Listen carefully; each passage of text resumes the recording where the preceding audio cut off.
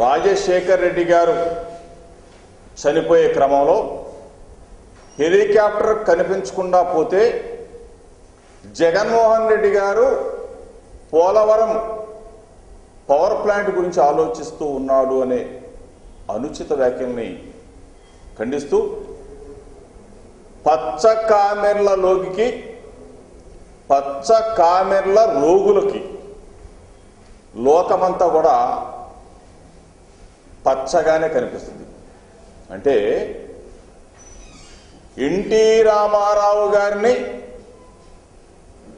ఆయన పదవిని ఆయన ముఖ్యమంత్రి పీఠాన్ని పార్టీ అధ్యక్షుడిని రాళ్లతో చెప్పులతో దాడి చేయించి ఆయన పదవిని లాక్కున్న చంద్రబాబు నాయుడు ఒక పచ్చకామెల రోగైతే, అట్లాగే ఈ దేవినేని ఉమామహేశ్వరరావు పిట్టల ద్వారా, అట్లాగే ఈ పిట్టల ద్వారా బుర్రకథలు చెప్పుకోవడానికి, పిట్టల ద్వారా వేషానికి సొల్లు కబుర్ల మంత్రిగా, ఇరిగేషన్ శాఖ మంత్రిగా ఏమాత్రం కూడా ఈ దేవినేని ఉమామహేశ్వరరావు సరిపోడు, తగడు.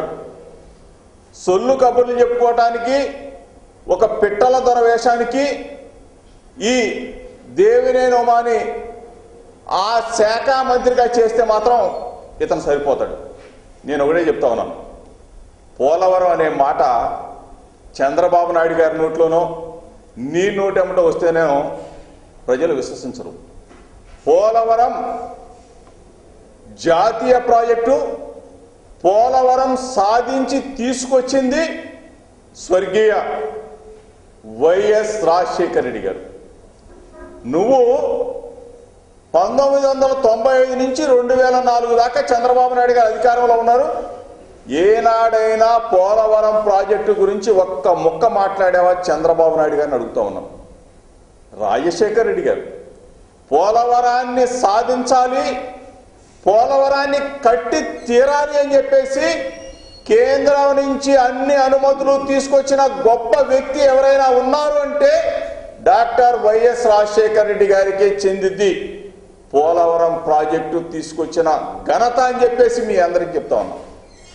దేవినేనమ్మా, నీకు మీడియా ద్వారా సవాల్ చేస్తా ఉన్నా, నువ్వు మాట్లాడిన మాటల మీద చర్చకు వచ్చే దమ్ము ధైర్యం నీకుంటే మీడియా సమక్షంలో జగన్మోహన్ రెడ్డి గారి మీద మాట్లాడిన మాటల మీద నువ్వు ప్రత్యక్షంగా నువ్వు నాతో చర్చకు వచ్చే దమ్ము ధైర్యం ఉంటే ఎప్పుడో ఎక్కడో తేదీ నీ ఇరిగేషన్ ఆఫీస్కైనా వస్తా, నీ ఇంటికైనా వస్తా, మీడియా సమక్షంలో చర్చ జరుపుతాం. నేను ఒకసారి చెప్తా ఉన్నా, చంద్రబాబు నాయుడు గారు ఆ విధంగా వెన్నుపోటు పొడిచి ఎన్టీ రామారావు గారిని పైకి పంపిస్తే పాపం దేవినేని ఉమామహేశ్వరరావు సోదరుడు దురదృష్టవశాత్తు రైలు ప్రమాదంలో మరణిస్తే దేవినేని వెంకటరమణ ఆయన పుణ్యంతో, అంటే ఆయన మరణిస్తే వాళ్ళ వదిన గారు ఏ విధంగా రాజకీయాల్లోకి వస్తుందో పాపం అని చెప్పేసి అసూయతో అక్కసుతో నేను ఈ పార్టీకి ఎప్పుడు కూడా నేను ఆరోపణ చేయలా. నీ వదిన్ని చంపావని చెప్తా ఉన్నారు. నీ వదిన్ని పైకి పంపించి రాజకీయాల్లోకి వచ్చిన నువ్వు మాట్లాడతావా? జగన్మోహన్ రెడ్డి గారి గురించి మాట్లాడే అర్హత నీకు ఉందా? దేవినేని ఉమామహేశ్వరరావు అడుగుతా ఉన్నా. రాజశేఖర్ రెడ్డి గారు చనిపోతే మేమంతా 154 మంది ఎమ్మెల్యేలు సంతకం పెట్టి సోనియా గాంధీ గారికి పంపిస్తే అధిష్టాన వర్గాన్ని ఒక్క మాట కూడా ఎదిరించకుండా పదవి తీసుకోవాలంటే ఆ క్షణంలోనే తీసుకునేవాడు జగన్మోహన్ రెడ్డి గారు. ప్రజలతో, ప్రజల పక్షాన ప్రజలతో ఓట్లు వేయించుకొని గెలవాలి అన్న తపనతో ఈరోజు కూడా మేము రాజకీయాల్లో ఉన్నాం. కానీ నీలాగా మీ నాయకుడు చంద్రబాబు నాయుడు లాగా వెన్నుపోటు రాజకీయాలు చేయలా, లేకపోతే మీ అన్న చస్తేనో మీ వదిన చనిపోతేనో రాజకీయాల్లోకి వచ్చి మీతో చెప్పించుకునే సిగ్గుమాలిన పరిస్థితులు మేము లేవు. దేవినేనమ్మా, నువ్వు చెప్తా ఉన్నావు సొల్లు కబుర్లు. జగన్మోహన్ రెడ్డి గారి గురించి మాట్లాడే అర్హత నీకు లేదు. ఏం చెప్తావా నీకు? నియోజకవర్గంలో మైలవరం హెడ్ క్వార్టర్లో తాగునీటికి దిక్కు లేక అల్లాడుతా ఉంటే మహిళలందరూ కూడా వందల మంది ట్యాంకర్లతో దగ్గర క్యూలో నిలబడతా ఉంటే గుక్కిడ మంచినీళ్ళు ఇవ్వలేని దద్దమవి నువ్వు జగన్మోహన్ రెడ్డి గారి గురించి పొద్దాక ఆడిపోసుకుంటావు, సిగ్గు లేకుండా మాట్లాడతావు.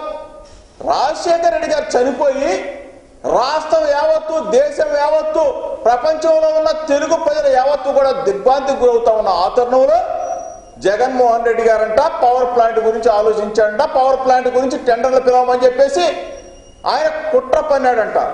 సిగ్గు లేదు నీకు మాట్లాడడానికి. ఈరోజు నువ్వు ఒక ఇరిగేషన్ శాఖ మంత్రి ఆయన చెప్పుకోవడానికి సిగ్గుగా ఉంది. నువ్వు ఒక బ్రోకర్ అయ్యా, బ్రోకర్వి, పట్టెసీమ బ్రోకర్వి, పురుషోత్తపట్నం బ్రోకర్వి, చింతలపూడి బ్రోకర్వి. వీటన్నిటికీ బ్రోకరే చేస్తూ పెదబాబుకింత, చిన్నబాబుకింత, నాకింత, నీకింత అని చెప్పేసి దండుకునే నువ్వు కాంట్రాక్టుల దగ్గర బ్రోకరే చేసే ఈ దేవినే నువ్వు ఏం మాట్లాడతావు? నువ్వు సిగ్గు లేకుండా మాట్లాడతావు. నీకు అసలు నీకు పోలవరం గురించి మాట్లాడే అర్హత ఉందా? ఈరోజు చెప్తా ఉన్నా. ఈరోజు చంద్రబాబు నాయుడు గారు నిన్న కాలువలకు నీళ్లు వదిలేరు. ఈరోజు ఇబ్రహీంపట్నం పవిత్ర సంఘం దగ్గరికి వెళ్తా ఉన్నాడు. నువ్వు కృష్ణా నదికి, గోదావరి నదికి నువ్వు దండం పెట్టే ముందు రాజశేఖర్ రెడ్డి గారి ఫోటోకి దండం పెట్టాలి చంద్రబాబు నాయుడు గారు. ఈ దేవినేనోమని అంటా ఉన్నా. ఎందుకో తెలుసా? నదుల అనుసంధానం చేసింది మీరు కాదు, డాక్టర్ వైఎస్ రాజశేఖర రెడ్డి గారి ఆయన రూపకల్పన. ఆయన తవ్విన పోలవరం కుడి కాలువల నుంచి నీళ్లు పారుతా ఉన్నాయా చంద్రబాబు నాయుడు గారు? దేవినేనోమా తెలుసుకో. నువ్వు చెప్తా ఉన్నావు నిన్న మొన్న ఎక్కడో నంద్యాల దగ్గర చెప్తా ఉన్నావు. నువ్వు పెన్షన్లు ఇచ్చావు, నువ్వు రోడ్లు వేయించావు. నువ్వు వేయించిన రోడ్లు కాదు, నువ్వు ఇచ్చిన పెన్షన్లు కాదు. ఈరోజు డాక్టర్ వైఎస్ రాజశేఖర రెడ్డి గారి కళల రూపం పోలవరం కుడి కాలువ, పోలవరం ఎడమ కాలువ. ఆ కాలువలో నుంచి నీళ్లు వరదలై పారుతా ఉంటే ఈ రోజు వచ్చి కృష్ణానదిలో కలుస్తా ఉన్నాయి గోదావరి జలాలు. ముందుగా నువ్వు నమస్కారం చేయాల్సింది చంద్రబాబు నాయుడు గారు, దేవినేని ఉమామహేశ్వరరావు, డాక్టర్ వైఎస్ రాజశేఖర రెడ్డి గారి ఫోటోకి మీరు దండ వేసి పాదాభివందనం చేసి ఆ పాదాల దగ్గర వచ్చే నీళ్లు చంద్రబాబు నాయుడు గారు నెత్తిన చల్లుకోవాలని చెప్తా ఉన్నాను. ఈరోజు రాజశేఖర రెడ్డి గారి పుణ్యంతో గోదావరి జలాలు కృష్ణానదిలో కలుస్తా ఉన్నాయి. పవిత్ర సంగమం దగ్గర నువ్వు హారతివ్వబోతా ఉన్నావు. రాజశేఖర రెడ్డి గారిని పూజించుకో. నువ్వు పూజించుకోలేకపోతే నీ మనసులో అయినా సరే రాజశేఖర రెడ్డి గారిని తలుచుకొని పూజ చేసుకో. చంద్రబాబు నాయుడు గారు నీ పాపాలు కొన్నైనా పోతాయని చెప్పేసి చంద్రబాబు నాయుడు గారు చెప్తా ఉన్నాను. ఈ దేవినేనోమా సొల్లు కబుర్లు చెప్పే దేవినేనోమా, నువ్వు ఒక బ్రోకర్వి, నువ్వు ఒక కమిషన్ ఏజెంట్వి. పోలవరం గురించి మాట్లాడే నైతిక హక్కు గాని అర్హత గాని నీకు లేదు. నువ్వేదో పోలవరం దగ్గరికి వెళ్తా వస్తా పెట్ట కథలు చెప్పుకో, బుర్ర కథలు చెప్పుకో. సొల్లు మాటలు మాని జగన్మోహన్ రెడ్డి గారి మీద అబండాలు వేస్తే చూస్తూ ఊరుకునే ప్రసక్తే లేదు. నీ నోరు జాగ్రత్త, నీ నాలుక జాగ్రత్త, నువ్వు నీ నోరు అదుపులో పెట్టుకోని చెప్పేసి వార్నింగ్, హెచ్చరిక మీ ద్వారా తెలియజేస్తా ఉన్నాను.